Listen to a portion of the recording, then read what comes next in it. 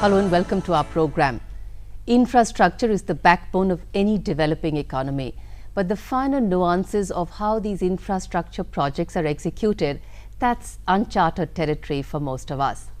With more than 33 years of experience in the areas of irrigation, water resources, power and infrastructure, our guest on the show today brings great in-depth knowledge of these areas. Please welcome Sri R.K. Gupta, CMD WAPCOS. Gupta ji, welcome to our program. Thank you. What is the mandate of WAPCOS? WAPCOS was set up in the early years 1969 to share India's experience and expertise in the water sources and power sectors with friendly developing countries. Okay. That was the basic mandate of WAPCOS, and also to provide technical strength to our state governments for development of this sector. All right. So right now, with providing consultancy services to projects in India and abroad, what are the major projects it's engaged in? We are engaged in major projects of water sources and power, and some of the key or milestone projects are the hydropower projects in Bhutan, where we are working on the Panasangchu 1 and Punasangchu 2 hydroelectric projects, which by themselves are 2000 megawatt. New projects are also in the pipeline. We are having very good projects in Cambodia, Laos, where we are working on dams and irrigation projects. In Africa, we are working for water supply schemes for building of roads, and we are also working in some of the most difficult areas of the world. We have an ongoing Salma Dam project in Afghanistan.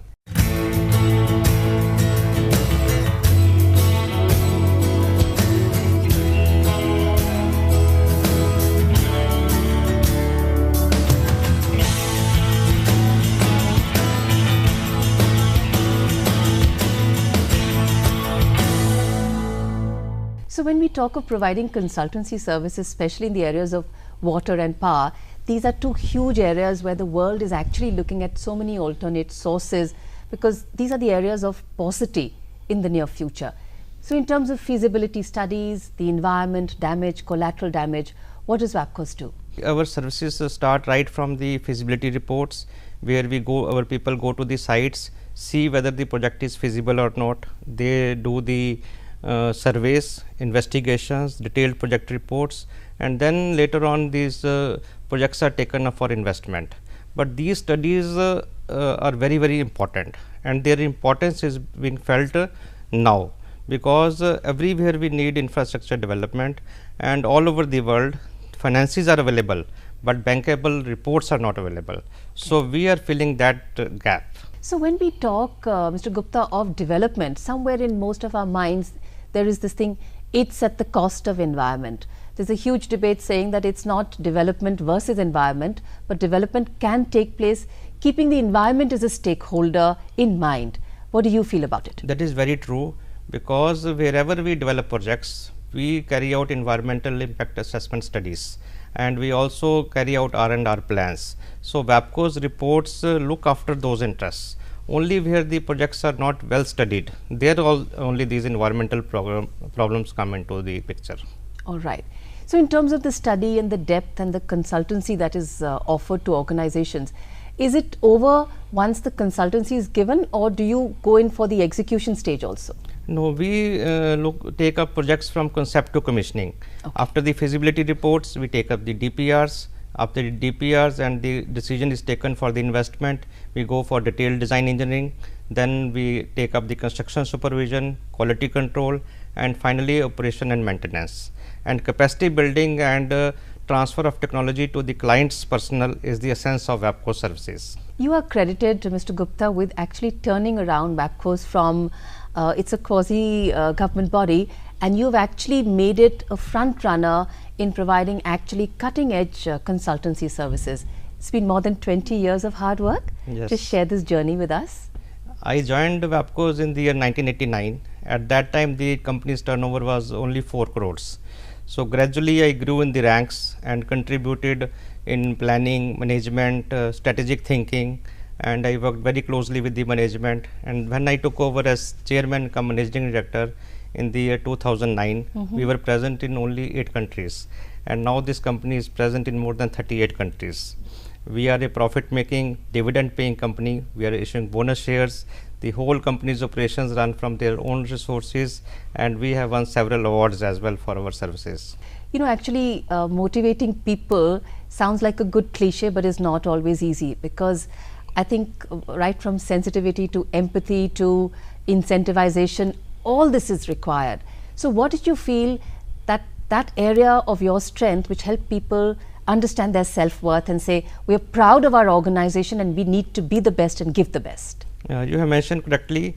I wanted WAPCOS a great place to work. So we gave them lot of decision making abilities to give them exposure at a very young age. We have very young engineers who travel abroad, who are exposed to the very difficult project sites. So that is the right age where they can do well. They can do hard work. So that is what channelizes their energies to do better and better. So when you see WAPCOS now taking the next leap, where do you see it going? Earlier it was only a Mini Ratna Schedule B, C company. Now it is a Mini Ratna 1 Schedule B. Now we are looking taking WAPCOS to be a Schedule A company and a Navratna status, and maybe working in Latin America as well as CIS countries, because my services not only bring profit, they have also to earn a name for India. To be on the cutting edge, Mr. Gupta, I think somewhere innovation, research and development always play a great role. And I think technology is something that you believe is always going to be your biggest tool in making you right top of the line. How do you see innovation? Innovation is very important, because whatever services we are providing, they have to be as per the needs of the countries, and they cannot go for very high end or very costly technologies. So we have to come out with cost effective solutions which are adaptable to the local conditions. Okay. So that is how innovations come into practices for water supply schemes, for sanitation schemes. We see how to use local material, how to use local expertise, train the local men and women and even children in repair and maintenance of works, so that they are able to use these technologies. Right. We're going to go in for a short break. When we come back, we want to understand from you that I think understanding the local sensibility and strengthening the community to run it on its own, because when the consultants move out, yes, that's when the project needs to run. So what are some challenges which you have faced, and also in terms of global leadership, because right now we see that we are in developing countries or in regional areas. How do you see making the move into the so-called developed countries, taking WAPCOS there? But right now, a short break. Stay with us.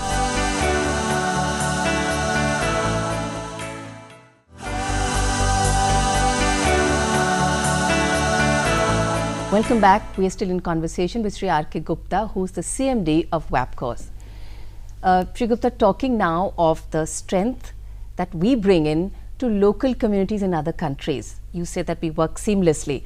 Some challenges which you might have faced and you never thought you would face them? The most important challenge is the language. We have to see how people react to our way of living or our style of working. So we have to learn their local habits, get involved with them, start to eat and stay with them, so that they accept us. Once they accept us, then the things become easier.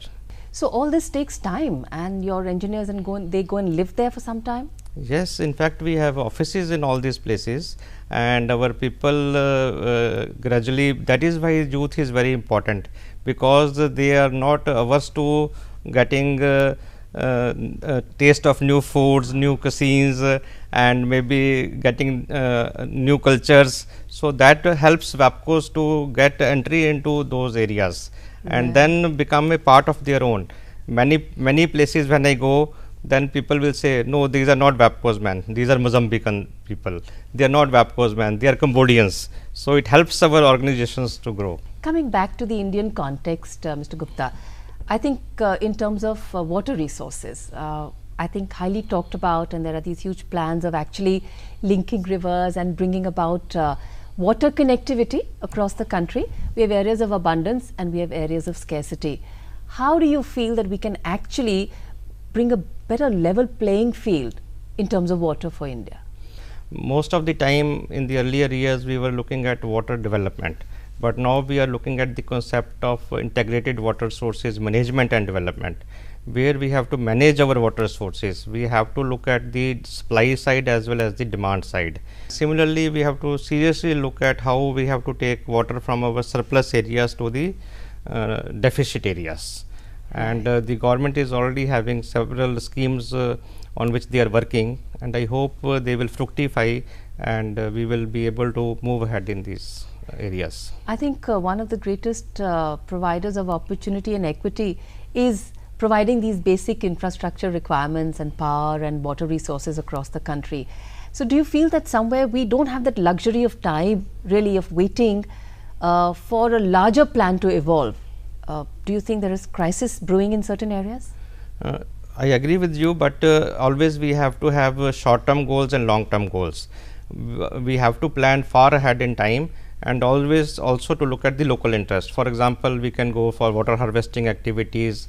We have to have new agricultural practices for rain-fed areas, and over the next few years we can also look at long-term irrigation schemes as well.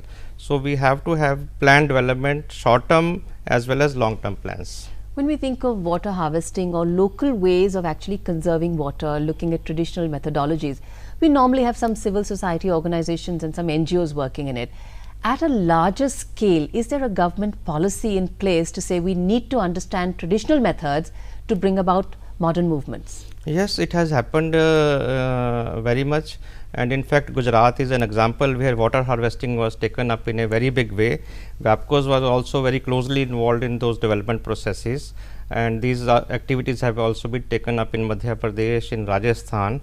So water harvesting as a concept has taken off in a very big way. Right.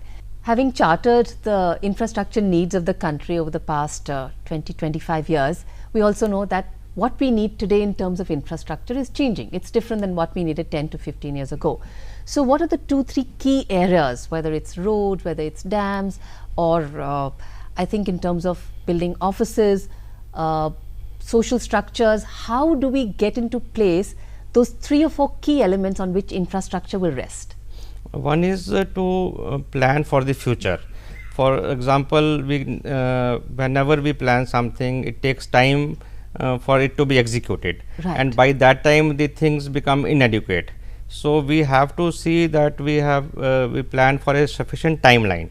Then we have to arrange resources matching to those plans or the scale of the projects, okay. And those should not be allowed to linger on.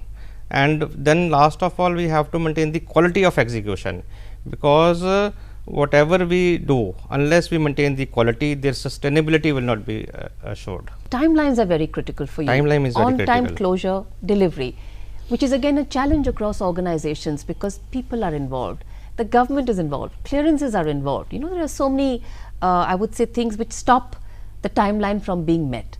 I'm sure you meet challenges, you meet hurdles. What affects quick closure in your case? That is a constant follow-up and chasing our projects.